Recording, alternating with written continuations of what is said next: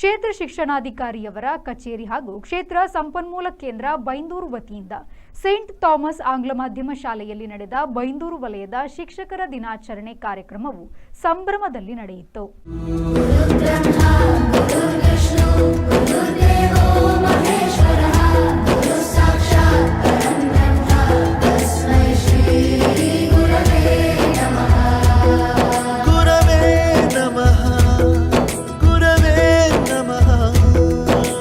ಬಳಪ ಹಿಡಿದ ಭಗವಂತ ಇರುತ್ತಾನೆ ನಮ ಸುತ್ತ ಅವತಾರ ನಾನಾ ರೂಪವೋ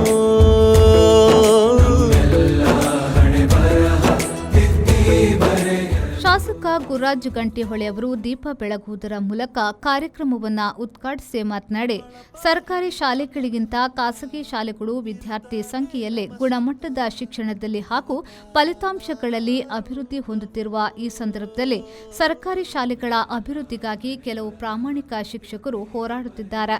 ಅವರಿಂದಾಗಿಯೇ ಕೆಲವು ಸರ್ಕಾರಿ ಶಾಲೆಗಳು ಉಳಿದಿವೆ. ಅವರ ಸೇವೆ ಹಾಗೂ ಕಾರ್ಯ ಶ್ಲಾಘನೀಯವಾದುದು. ವಿದ್ಯಾರ್ಥಿಗಳ ಭವಿಷ್ಯವನ್ನು ರೂಪಿಸುವಲ್ಲಿ ಶ್ರಮಿಸಿರುವ ಎಲ್ಲ ನಿವೃತ್ತ ಶಿಕ್ಷಕರಿಗಾಗಿ ಸೆಪ್ಟೆಂಬರ್ 21ರಂದು ನಿವೃತ್ತ ಶಿಕ್ಷಕರ ದಿನಾಚರಣೆಯನ್ನ ಆಚರಿಸಲಾಗುವುದು ಎಂದರು. ತುಂಬಾ ಜನ ರಿಟೈರ್ಡ್ ಆದ್ಮೇಲೂ ಒಂದಷ್ಟು ಮಾಸ್ಟರ್ಗಳು ತನ್ನ ಶಾಲೆಗೆ ಒಂದ್ ಸ್ವಲ್ಪ ಹೊತ್ತು ಟೈಮ್ ಕೊಟ್ಟು ಸ್ವಲ್ಪ ಹೊತ್ತು ಕೆಲಸ ಮಾಡಿ, ಇಲ್ಲ ಆ ಶಾಲೆಗೆ ಒಂದ್ ಸ್ವಲ್ಪ ನಾನೊಂದು CSR ಫಾಲೋ ಅಪ್ ಮಾಡ್ತೆ ಅಂತ ಹೇಳಿ ನನ್ನ ಆಫೀಸಿಗೆ ಆಫೀಸಿಗೆ ಬೆಂಗಳೂರು ಆಫೀಸಿಗೆ ಒಪ್ಪಂತರನು ಕಂಡಿದ್ದೆ. ನಾನು ಹೇಳುದು ಈ ಬೆಳಗ್ಗೆದ್ದು ಯಾರ್ಯಾರ ನೆನೆಯಲ್ಲಿ ಅಂತಾರಲ್ಲ, ನನ್ನ ಜೀವನದ ಒಂದು ಮಾಸ್ಟರ್ಗಳನ್ನು ಒಂದತ್ತು ನೆನ್ಪು ಮಾಡೋಕೆ ಪಾಪ ಆ ಮಾಸ್ಟರ್ಗಳನ್ನು ಹೆಂಗ್ ನೆನ್ಪು ಮಾಡ್ಕೊಂಡ್ರು ಸಾಲ, ಹೆಂಗ್ ಹೇಳುದು ಅವ್ರ ಬಗ್ಗೆ ಅಂಬಂತದ್ದನ್ನ. ಸೊ ಅಂತ ಮಾಸ್ಟರ್ಗಳು ನೀವೆಲ್ಲ ಇದ್ದೀರಿ ಅಂತೇಳಿ ಹೇಳಿ ನೆನಪು ಮಾಡ್ತಾ, ಇಷ್ಟು ಜನ 600ರಲ್ಲಿ ಒಂದಷ್ಟು ಜನ ಬಂದಿರದೇ ಇರ್ಬೋದು, ಆದ್ರೆ ಇಷ್ಟು ಜನ ನೀವು ಬಂದು ನಿಮ್ಮ ಶಾಲೆಗಳಿಗೋಸ್ಕರ ಇದ್ದದಕ್ಕೆ ನಿಮ್ಗೊಂದು ಕತೆ ಅಂತ ಕೇಂದ್ರೆ, ಅವರು ಮಾಸ್ಟರ್ ಯಾರ BU ಹೇಳ್ರಲ್ಲ, ಸುಮಾರು ಪಾಠ ಮಾಡ್ರಲ್ಲ, ನಿಮ್ಗೆಲ್ಲೋ ಕಾತ ಇದು ಎಲ್ಲೋ ಮಾಸ್ಟರ್ ಕಾತ ಚೊರಿ ಹಿಡಿದು ಪಾಠ ಮಾಡ್ತಿದ್ದಾರಲ್ಲ ಅಂತೇಳಿ ನಿಮ್ಗೆ ಅನ್ಸಿ ಬಿಡ್ಬೋದು. ಬಟ್ ನಿಮ್ಗೋತ್ರ ನಿಮ್ಮ ಇಷ್ಟು ವಿಷಯ ಕೇಳ್ಬೇಕು, ನಿಮ್ಗೆ ಇಷ್ಟು ಹೇಳಲೇಬೇಕಂತ ಹೇಳಿ ಇಟ್ಕೊಂಡದ್ದು. ಸೊ ಹಾಗಾಗಿ ಮತ್ತೊಂದು ಸರ್ತಿ ಶಿಕ್ಷಕ ದಿನಾಚರಣೆ ಬೆಳಿಗ್ಗೆ ನನಗೆ ಈ ಶಾಲೆ ಬರುವಾಗ ಕಳೆದ ವರ್ಷ ರೂಪಲ್ಲ ಪ್ರಿನ್ಸಿಪಲ್ ಹೆಸರು ಹೇಳಿದ್ದೇನು